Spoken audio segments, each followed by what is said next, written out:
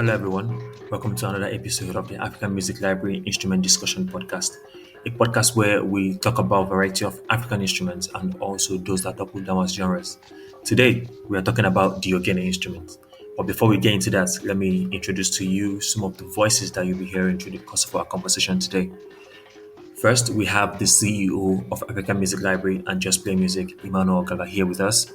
Also with us today, we have Anu Onosonya, who is the Director of Programs at African Music Library. We have Moyo Emmanuel, who is the lead who is the lead of the QA team at Just Play Music. And also we have Precious Ezie, who is one of our biggest Igbo traditional music enthusiasts, here to talk to us about this beautiful instrument. So now, let's get down to business. The ogene is a traditional instrument of the Igbo people found in the southeastern part of Nigeria. It's classified as an idiophone, and it's also considered among the Igbo people. It's also considered to be a talking instrument. Remember when we spoke about the oja, we discussed the oja as a talking instrument, as a speech surrogate instrument. That's the same way Igbo people see this, and it can also come in different sizes and shapes. It can come as a single bell instrument or double belled. But before we get into the significance and physical attributes of this instrument, I would like to give room for other team members to also chip in about the history and origin of this magnificent instrument.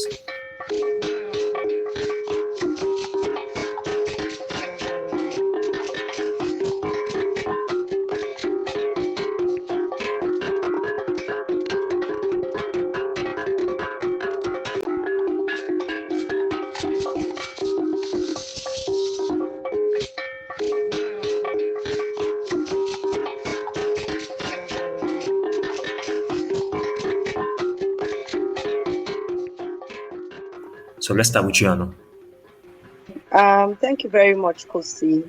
It's a very interesting instrument because it actually doubles as both an instrument and as a type of music among the Igbo people found in the southeastern part of Nigeria.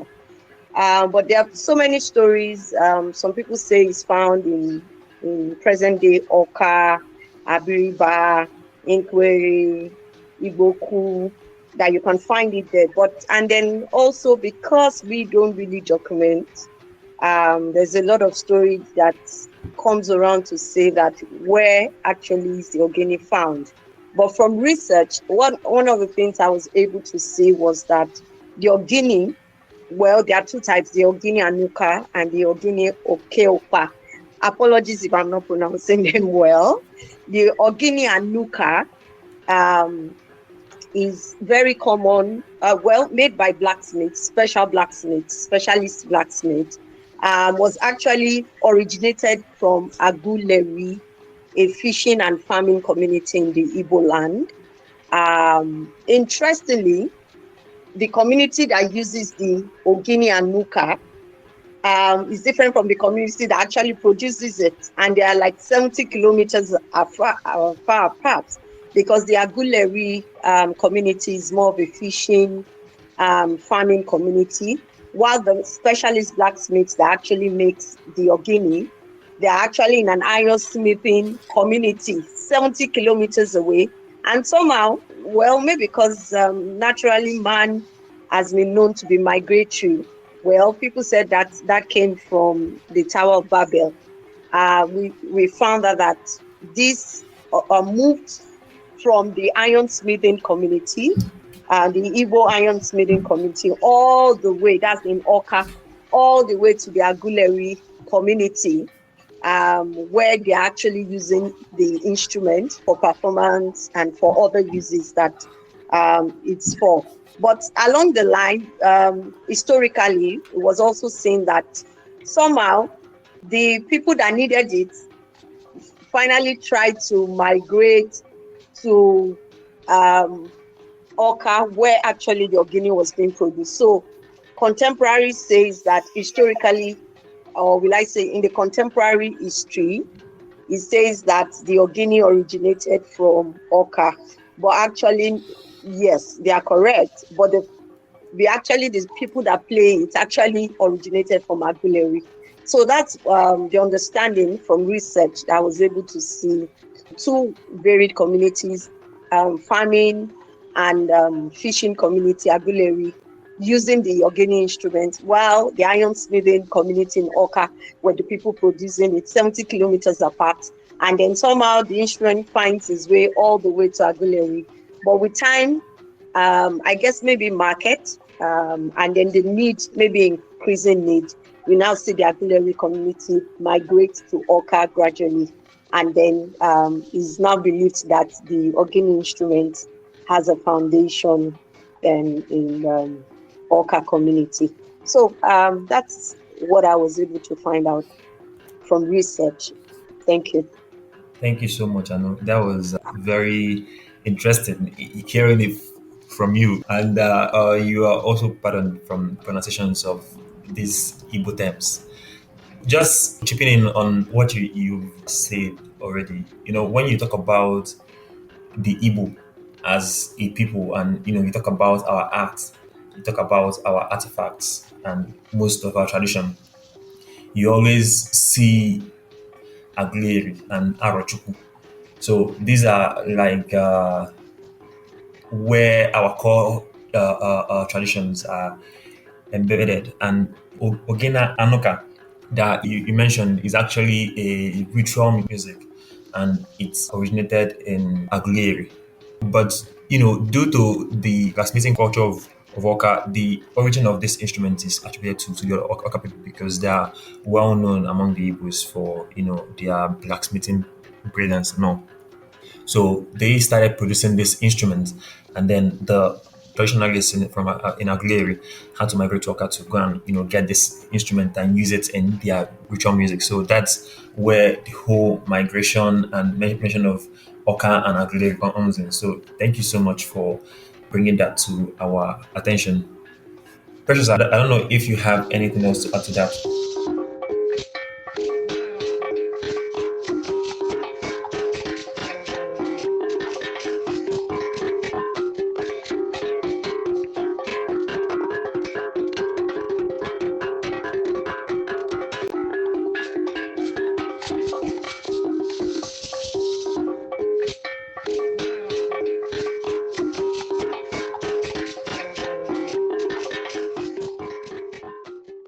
Thank you very much, Kosi. Maybe to add to that, I could share more about what the instrument looks like and how it's played. Oh, Can I go ahead? yeah, sure. Yeah, let's get into that. Okay, so the ogene, as we can see from the image here, is a bell-shaped metal gong, and it's usually forged from brass. And the people who produce the ogene are called Okuzu. There's a place around Oka that they call Okuzu, so maybe that's where they started producing it from. And Okuzu means blacksmith in Igbo language. So there is the single ogene, and there's this one that we see here. This one is called Ogene Mpi. The single one is called just Ogene. Why this one is called Ogene Mpi? And Mpi means something like that is double, like a twin looking something. And this one is the one that is mostly used by music artists, people who use it for ensembles. And that's because if we look closely, we'll see that the sizes of the two bells are slightly different. And so is the pitch they produce. And it produces sound when struck with a stick. Sometimes the stick is usually wrapped with this black tube, and that's to reduce the noise. Yeah, to reduce the noise when the stick touches the ogene, and also for longevity, not to cause dent on it. And it can produce different sounds depending on where you strike it. And this one, the Ogene Mpi, usually has different rhythms. The other one, the pitch that it produces, the single one, the pitch that it produces is usually monotonous. Not like if you strike it on different sides, you will not get different pitch variations, but it's usually monotonous when it comes to range. That one now you could strike it and you hear something like boom, boom, boom. Why this one you could have something like kung kung kung kung, something like that.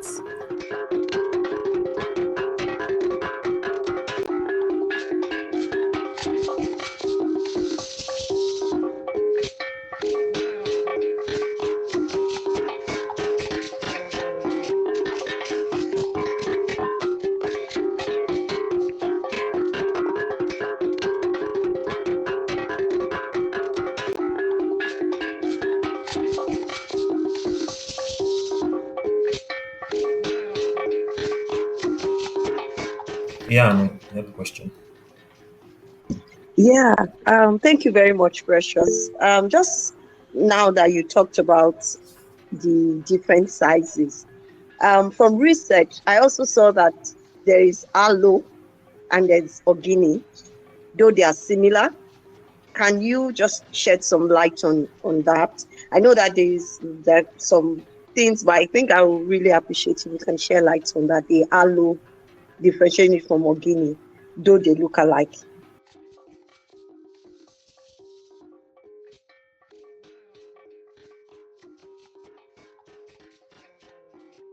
Thank you very much, very precious, for sharing that information with us. But also to correct for precious a little bit, the twin belts are actually called Ogene Binab because Mbi is horn, and there is usually two horns. So the Mbi is horn, and then the Abo is two. So it's called Ogene Binabo. Then coming to the question Anu asked, when you look at the picture of the screen, you can see a longer ogene. Then you have the single ogene and double belled ogene that Precious mentioned. So the longer one is called the aloe. The aloe is about 3 feet, and it's usually a staple in many traditional Igbo music, Mbokiti, Atilogu. It's kind of the leading instrument. So music traditions where you see, or music dances where you see the aloe as part of the ensemble, it kind of leads. But when you see an ogene in a traditional music ensemble and you don't see the aloe, then the ogene is the lead. So the aloe kind of produces a much more high-pitched, buzzy sound, and you could hit any part of the body because of how long it is to reproduce sound. So that's where the aloe comes in. I don't know if that answers your question, Anu. Yes, it does, because I remembered also while growing up during our cultural day, this aloe was very, very, very prominent in primary school then when we have the Eagles dancing with the ekwe and the other instrument. This aloe was very good. So also I was just very curious. So thank you very much for that. Yeah, you're welcome, Anu. Yeah, thank you guys for the enlightened discussion. I'm just getting to learn though that it's called aloe. I've seen people play it like I think because it's heavy, you hold it at that handle at the top, and you're striking the body, and then you use the ground, the floor, as like an accompaniment. So you strike, you can control the vibration, the sound it produces by bouncing it off the floor. Usually, there are also times when people put a pad on the floor to absorb the shock and sound that it comes out of it and then control. So the floor becomes kind of an accompaniment. So you lift, you strike, and depending on the duration of the sound you want to produce, you bounce it off the floor to absorb that vibration and the shock and shorten or control the duration of the sound you produce. Yeah, true. Thank you very much, Mano, for mentioning that playing style of the aloe. I remember vividly my traditional dance teacher then, playing the instruments in the ensemble. We usually reserve the aloe for him because one, it's heavy, and you have to be strong enough to be carrying it off the floor to produce different sounds and control the vibration like you mentioned. Thank you so much for mentioning that.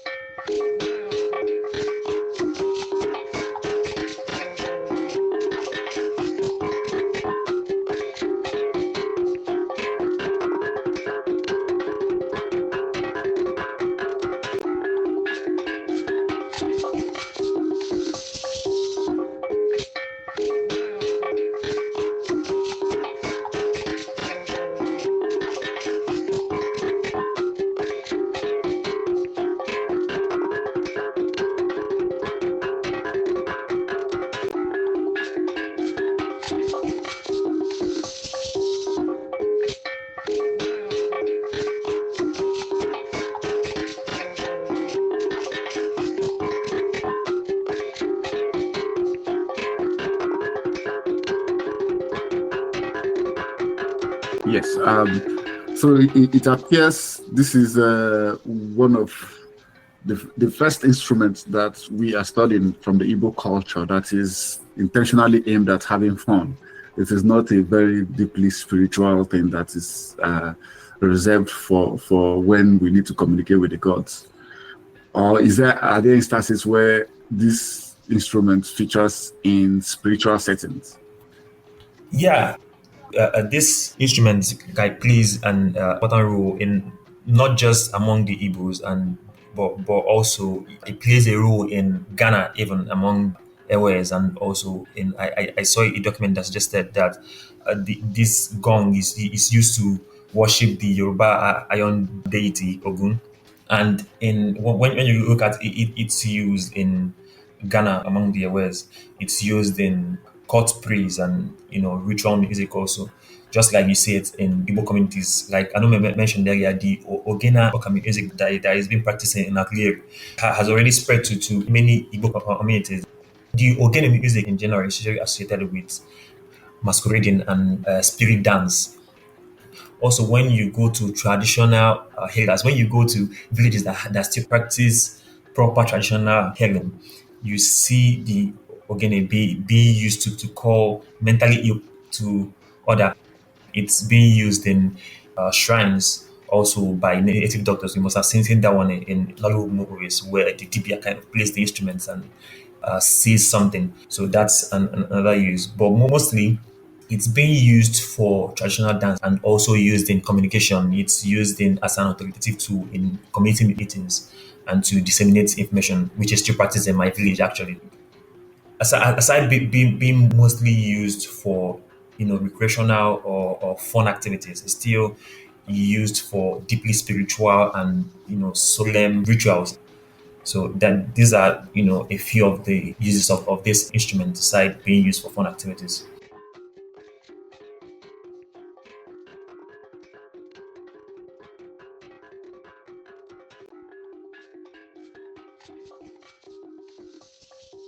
Thank you. Thank you for that explanation. Okay. Just in addition, then I have a question to ask. So, in addition, from what I also was able to see was that the Ogini also was very instrumental in raising the morale of warriors when they are going to fight. In the olden days, when they play it, they are able to raise the morale of the warriors to say, okay, you can like praise singing, to be able to um, encourage them to step into that fighting role. So just to add to that, but I have one question to ask. This Ogini, it's called Ogini in South eastern part of Nigeria, but there's another interesting thing is that this bell or metal gong is very, I don't want to say common, but it's you can find it across almost every culture in Africa. So what makes the one that we are talking about in southeastern part of Nigeria different from the one I can find in Ghana, different from the one I can find in, let me say, like in Northern Africa or even some other countries?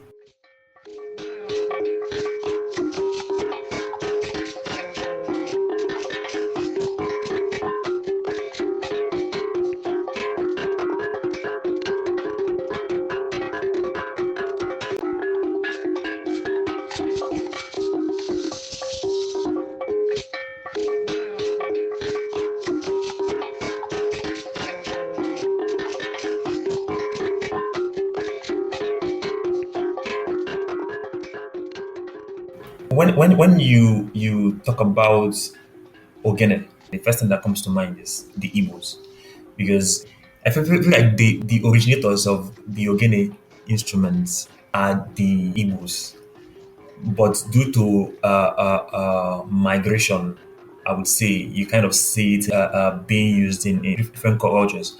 I'm forced to believe that all these other cultures don't attribute that much spirituality to the metal gong like the Igbos do, because it's staple in every ritual music aside the Oja. When you talk about the spiritual music of the Igbo people, you see the Ogene and then you see the Oja. When you talk about traditional music, dance music of the Igbo people, the Ogene is always a center instrument. But for example, the Yorubas that use the Ogene also, you don't see the Ogene being used in traditional music. It might be used in some spiritual settings, but you won't find it taking a place in music for the Yorubas.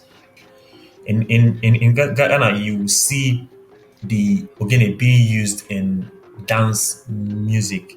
So, for example, high life, but it's not like a mainstay instrument in anything that is attributed to their spirituality. So, I think that's where the difference comes in, and it's mostly about the significance of this instrument in these particular cultures where they're found in.